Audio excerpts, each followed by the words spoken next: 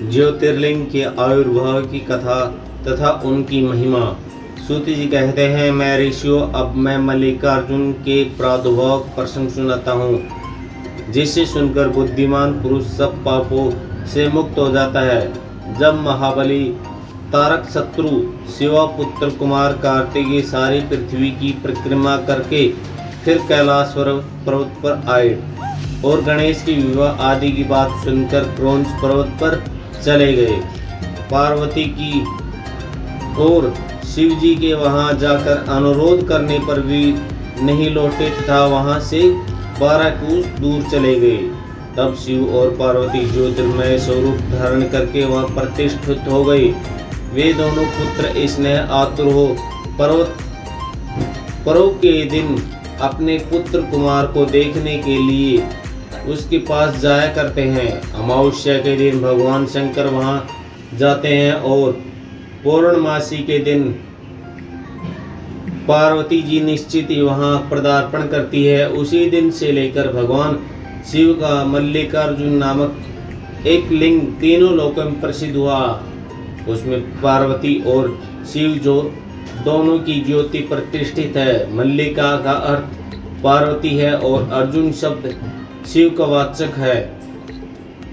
उस लिंग का जो दर्शन करता है वह समस्त पापों से मुक्त हो जाता है और संपूर्ण अभिष्टों को प्राप्त कर लेता है, इसमें संशय नहीं। इस प्रकार मल्लिकार्जुन नामक द्वितीय ज्योतिर्लिंग का वर्णन किया गया है, जो दर्शन मात्र से लोगों के लिए सब प्रकार का सुख देने वाला बताया गया है।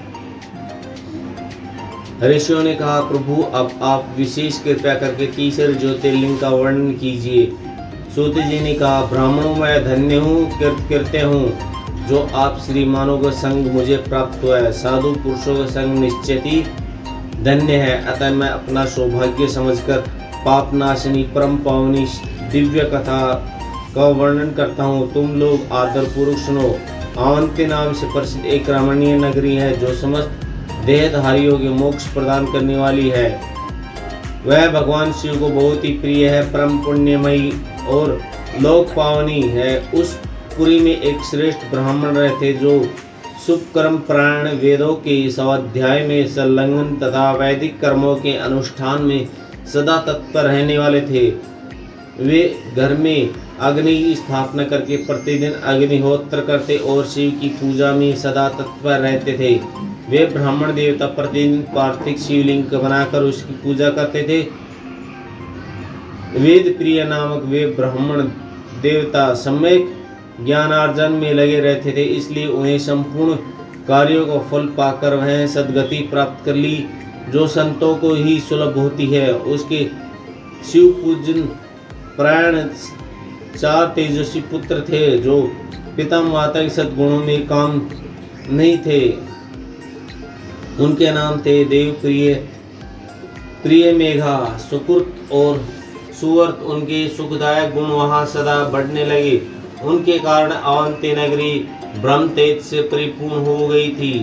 उसी समय रतनमाल पर्वतर दूषण नामक एक धर्मदेशी असुर ने ब्रह्मा जी से वर प्राप्त वेद धर्म और धर्मात्माओं आक्रमण कर दिया। अंत में उसने सेना लेकर अवंती उज्जैन के ब्राह्मणों पर भी चढ़ाई कर दी। उसकी आज्ञा से चारों भयानक दैत्य चारों दिशा में प्रलयंकनी समान प्रकट हो गए, परंतु वे शिव विनाशिनी ब्राह्मण बंधु उनसे डरे नहीं। जब नगरी के ब्राह्मण बहुत घबरा गए, तब उन्होंने उनके आश्वासन देते हुए कहा, आप लोग भक्तवत्सल है, भगवान शंकर पर भरोसा रखें। यूँ कहकर शिवलिंग का पूजन करके भगवान शिव का ध्यान करने लगे। इतने में ही सेना से दूषण ने आकर उन ब्राह्मणों को देखा और वहां उन्हें मार डालो, बांध लो।